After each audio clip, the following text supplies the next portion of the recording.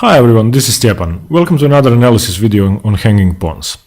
Round 7 of the candidates is still underway, but Alexander Grischuk and Mamedyarov have decided to play a professional draw, unfortunately.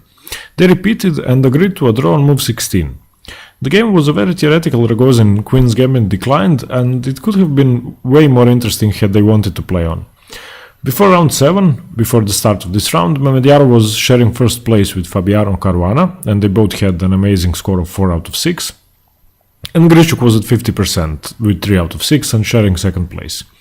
I must say I definitely don't approve of such calculative play from both players, and they seem to have wanted to get a risk-free game with no possibility of losing, and Mamedyarov took the first opportunity he had to repeat moves. The candidates tournament is certainly not an event for players who are unwilling to take risks, and you only get to play 14 rounds in a double round robin format, and before you know it, you blew your chance at challenging Magnus Carlsen for the title, and coming in second, of course, means absolutely nothing.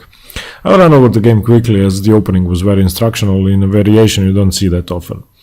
Alexander Grischuk was white, and he opened with pawn to d4, knight to f6, c4 and d6, and Mamedyarov once again goes for the most common opening of the candidates tournament. And I believe that since he was black in this game and he was the leader, he could have afforded a loss, I guess, and he should have played something more risky and went for the win, because Grischuk would have definitely accepted the risk, because he has to play aggressively and get a win in this game if he wants to stay in the running for the title. He plays knight to f3 here, declining the Nimzo Indian defense, which could have occurred after knight to c3 and then bishop to b4. We have d5 and knight to c3 now by Grischuk, and this is now the classical Queen's Gambit decline position, and after bishop to b4, the Ragozin defense. Mamedyarov goes for the Ragozin, or the Ragozin system of Queen's Gambit declined. We have bishop to g5, h6 by Mamedyarov, forcing the bishop away. It could take, it would be an okay move, but the main move in Ragozin defense is to retreat to h4 and g5. And this is still all very common theory, and it has been played several hundred times in Grandmaster games. The bishop retreats to g3, knight to e4, putting more pressure on the weak c3 knight and also attacking the g3 bishop, for threatening to take the bishop pair. Queen to c2, defending the knight, as if he doesn't defend the knight, then knight takes c3, b takes c3, bishop takes c3 check would just win the exchange and grab the rook. h5, h3, by Grischuk in this position he has to create an escape square for the bishop. Knight to c6, e3, solidifying his central position, and of course defending the c4 pawn. Now d takes c4 is no longer effective. Bishop takes c3, b takes c3, of course not losing the queen with queen takes.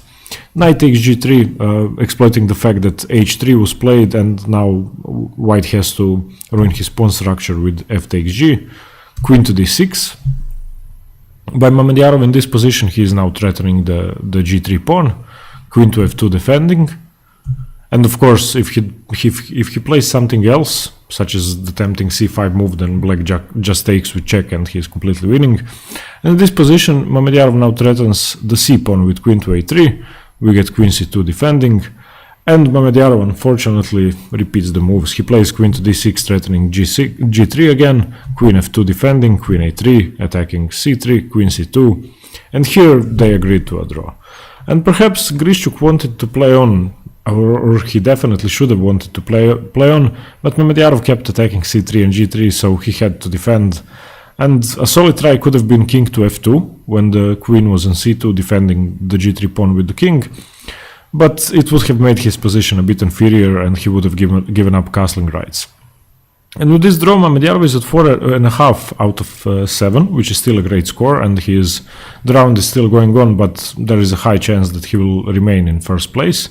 And Grischuk is still at 50%, and the candidates tournament is at the halfway mark as well after round 7, and starting from tomorrow, players will play the second round of the tournament and play each other for the second time, but with reversed colors. The standings so far are very close, and no player has secured the title yet, or even come close, but Mamedyarov is the current leader, and perhaps that explains his lack of attacking play in today's round. However, if he wishes to remain in first place, he will have to start pushing for the win even with the black pieces. And I believe that avoiding attacking chess with black is a common problem in top level chess, and players have started to think of draws with black as a success or a successful result and waiting for the white pieces to go for the win, and I find that whole concept very dishonorable and cowardly, as chess is a fighting game and going into a match content with a draw doesn't seem in the spirit of the game. So anyway, thanks everyone for watching, and excuse my frustration with Shakhriyar Mamedyarov. I hope you at least got to learn the theory in the Ragozin defense, and stay tuned for more games from the candidates, as I will be covering all of them. Cheers, bye, see you soon.